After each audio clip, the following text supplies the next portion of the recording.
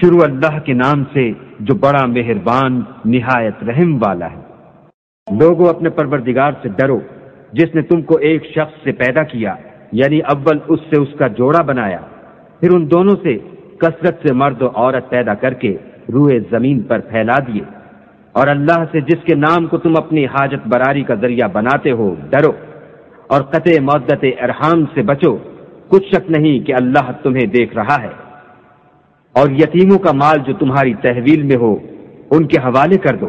اور ان کے پاکیزہ اور عمدہ مال کو اپنے ناقص اور برے مال سے نہ بدلو، اور نہ ان کا مال اپنے مال میں ملا کر کھاؤ کہ یہ بڑا سخت گناہ ہے۔ اور اگر تم کو اس بات کا خوف ہو کہ یتیم لڑکیوں کے بارے میں انصاف نہ کر سکو گے تو ان کے سوا جو عورتیں تم کو پسند ہوں،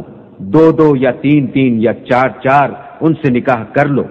اور اگر اس بات کا اندیشہ ہو کہ سب عورتوں سے یکساں سلوک نہ کر سکو گے تو ایک عورت کافی ہے یا لونڈی جس کے تم مالک ہو، اس سے تم بے انصافی سے بچ جاؤ گے۔ اور عورتوں کو ان کے مہر خوشی سے دے دیا کرو، ہاں اگر وہ اپنی خوشی سے اس میں سے کچھ تم کو چھوڑ دیں تو اسے ذوق و شوق سے کھا لو۔ اور بے عقلوں کو ان کا مال جسے اللہ نے تم لوگوں کے لیے سبب معیشت بنایا ہے مت دو، ہاں اس میں سے ان کو کھلاتے اور پہناتے رہو اور ان سے معقول باتیں کہتے رہو۔ اور یتیموں کو بالغ ہونے تک کام کاج میں مصروف رکھو، پھر بالغ ہونے پر اگر ان میں عقل کی پختگی دیکھو تو ان کا مال ان کے حوالے کر دو، اور اس خوف سے کہ وہ بڑے ہو جائیں گے، یعنی بڑے ہو کر تم سے اپنا مال واپس لے لیں گے، اس کو فضول خرچی اور جلدی میں نہ اڑا دینا۔ جو شخص آسودہ حال ہو اس کو ایسے مال سے قطعی طور پر پرہیز رکھنا چاہیے، اور جو بے مقدور ہو وہ مناسب طور پر یعنی بقدر خدمت کچھ لے لے۔ اور جب ان کا مال ان کے حوالے کرنے لگو تو گواہ کر لیا کرو، اور حقیقت میں تو اللہ ہی گواہ اور حساب لینے والا کافی ہے۔ جو مال ماں باپ اور رشتہ دار چھوڑ مریں، تھوڑا ہو یا بہت،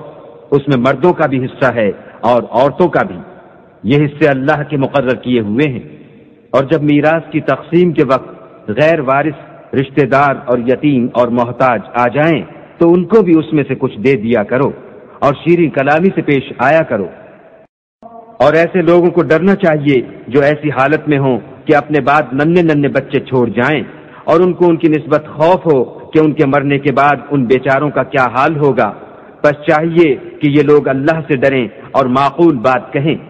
جو لوگ یتیموں کا مال ناجائز طور پر کھاتے ہیں وہ اپنے پیٹ میں آگ بھرتے ہیں اور دوزخ میں ڈالے جائیں گے۔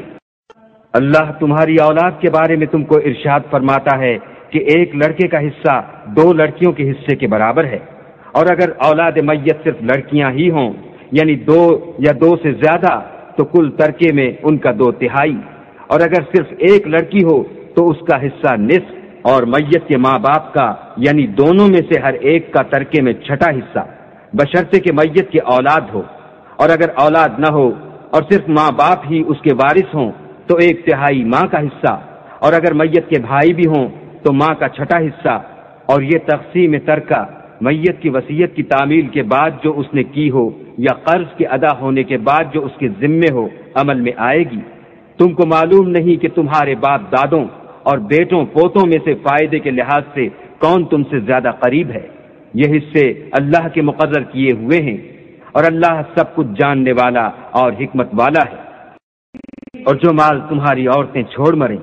اگر ان کی اولاد نہ ہو تو اس میں نصف حصہ تمہارا، اور اگر اولاد ہو تو ترکے میں تمہارا حصہ 1/4۔ لیکن یہ تقسیم وصیت کی تعمیل کے بعد جو انہوں نے کی ہو یا قرض کے ادا ہونے کے بعد جو ان کے ذمے ہو کی جائے گی۔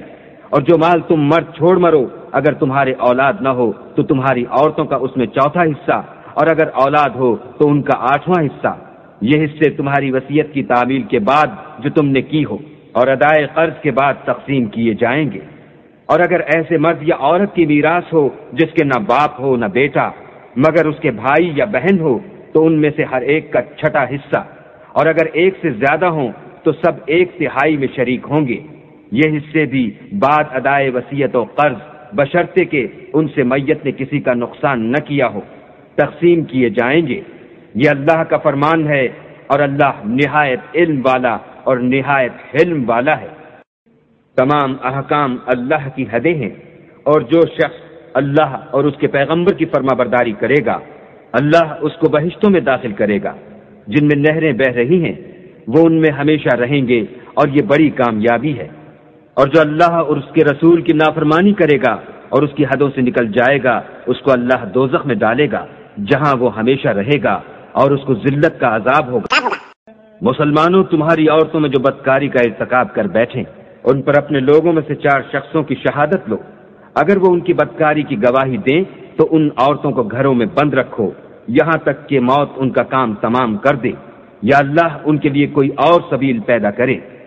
اور جو 2 مرد تم میں سے بدکاری کریں تو ان کو ایذا دو، پھر اگر وہ توبہ کر لیں اور نیکوکار ہو جائیں تو ان کا پیچھا چھوڑ دو۔ بے شک اللہ توبہ قبول کرنے والا اور مہربان ہے۔ اللہ انہی لوگوں کی توبہ قبول فرماتا ہے جو نادانی سے بری حرکت کر بیٹھتے ہیں پھر جلد توبہ کر لیتے ہیں، بس ایسے لوگوں پر اللہ مہربانی کرتا ہے اور وہ سب کچھ جانتا اور حکمت والا ہے۔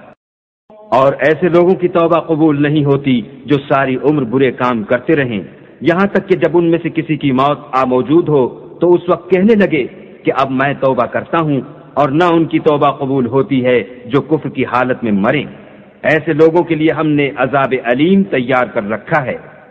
مومنو، تم کو جائز نہیں کہ زبردستی عورتوں کے وارث بن جاؤ، اور دیکھنا اس نیت سے کہ جو کچھ تم نے ان کو دیا ہے اس میں سے کچھ لے لو، انہیں گھروں میں مت روک رکھنا۔ ہاں، اگر وہ کھلے طور پر بدکاری کی مرتکب ہوں تو روکنا مناسب نہیں، اور ان کے ساتھ اچھی طرح سے رہو سہو۔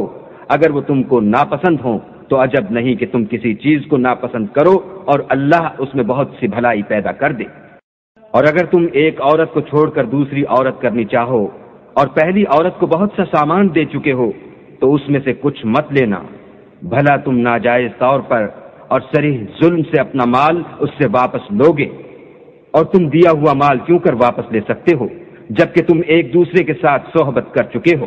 اور وہ تم سے عہد واثق بھی لے چکی ہیں؟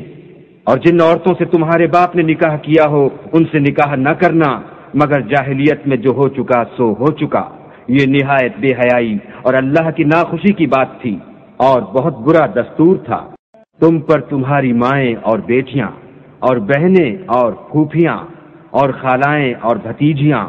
اور بھانجیاں اور وہ مائیں جنہوں نے تم کو دودھ پلایا ہو اور رضائی بہنیں اور ساسیں حرام کر دی گئی ہیں، اور جن عورتوں سے تم مباشرت کر چکے ہو ان کی لڑکیاں جنہیں تم پرورش کرتے ہو وہ بھی تم پر حرام ہیں۔ ہاں، اگر ان کے ساتھ تم نے مباشرت نہ کی ہو تو ان کی لڑکیوں کے ساتھ نکاح کر لینے میں تم پر کچھ گناہ نہیں، اور تمہارے صلبی بیٹوں کی عورتیں بھی اور 2 بہنوں کا اکٹھا کرنا بھی حرام ہے، مگر جو ہو چکا سو ہو چکا، بے شک اللہ بخشنے والا اور رحم والا ہے۔ اور شوہر والی عورتیں بھی تم پر حرام ہیں مگر وہ جو اسیر ہو کر لونڈیوں کے طور پر تمہارے قبضے میں آ جائیں،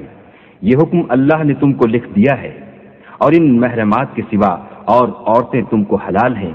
اس طرح سے کہ مال خرچ کر کے ان سے نکاح کر لو، بشرطے کہ نکاح سے مقصود عفت قائم رکھنا ہو، نہ شہوت رانی۔ تو جن عورتوں سے تم فائدہ حاصل کرو ان کا مہر جو مقرر کیا ہو ادا کر دو، اور اگر مقرر کرنے کے بعد آپس کی رضامندی سے مہر میں کمی بیشی کر لو تو تم پر کچھ گناہ نہیں، بے شک اللہ سب کچھ جاننے والا اور حکمت والا ہے۔ اور جو شخص تم میں سے مومن آزاد عورتوں یعنی بیویوں سے نکاح کرنے کا مقدور نہ رکھے تو مومن لونڈیوں ہی سے جو تمہارے قبضے میں آ گئی ہوں نکاح کر لے، اور اللہ تمہارے ایمان کو اچھی طرح جانتا ہے۔ تم آپس میں ایک دوسرے کے ہم جنس ہو تو ان لونڈیوں کے ساتھ ان کے مالکوں سے اجازت حاصل کر کے نکاح کر لو،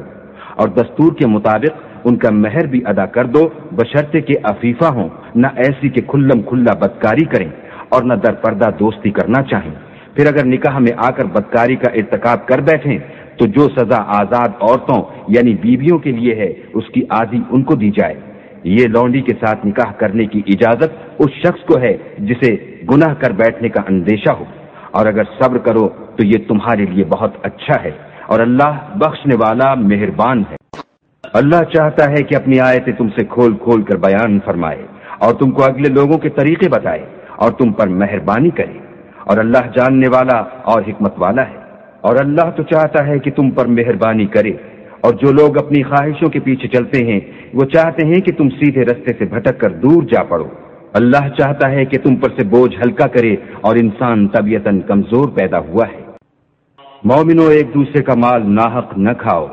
ہاں، اگر آپس کی رضامندی سے تجارت کا لین دین ہو اور اس سے مالی فائدہ حاصل ہو جائے تو وہ جائز ہے، اور اپنے آپ کو ہلاک نہ کرو، کچھ شک نہیں کہ اللہ تم پر مہربان ہے۔ اور جو تعدی اور ظلم سے ایسا کرے گا ہم اس کو عنقریب جہنم میں داخل کریں گے، اور یہ اللہ کو آسان ہے۔ اگر تم بڑے بڑے گناہوں سے جن سے تم کو منع کیا جاتا ہے اجتناب رکھو گے تو ہم تمہارے چھوٹے چھوٹے گناہ معاف کر دیں گے اور تمہیں عزت کے مکانوں میں داخل کریں گے۔ اور جس چیز میں اللہ نے تم میں سے بعض کو بعض پر فضیلت دی ہے اس کی ہوس مت کرو۔ مردوں کو ان کاموں کا ثواب ہے جو انہوں نے کیے، اور عورتوں کو ان کاموں کا ثواب ہے جو انہوں نے کیے، اور اللہ سے اس کا فضل و کرم مانگتے رہو۔ کچھ شک نہیں کہ اللہ ہر چیز سے واقف ہے۔ اور جو مال ماں باپ اور رشتہ دار چھوڑ مریں تو حقداروں میں تقسیم کر دو کہ ہم نے ہر ایک کے حقدار مقرر کر دیے ہیں، اور جن لوگوں سے تم عہد کر چکے ہو ان کو بھی ان کا حصہ دو، بے شک اللہ ہر چیز کے سامنے ہے۔